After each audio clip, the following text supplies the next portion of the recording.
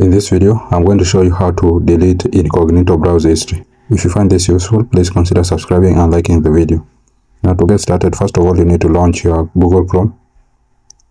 Then tap on those three dots on your top right corner. Then tap on New Incognito. Then it will land here. So go to the search and then search for Chrome, // then net -internals, then /, then tap on search.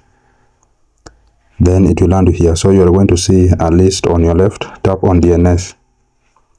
Then on your right, you are going to see under host resolver, you are going to see clear host cache. So tap on it in order to delete Incognito browsing history.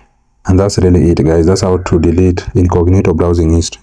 I hope this was useful, and if it was, please consider leaving a like and subscribing to the channel. Thank you guys for watching, and see you in the next one.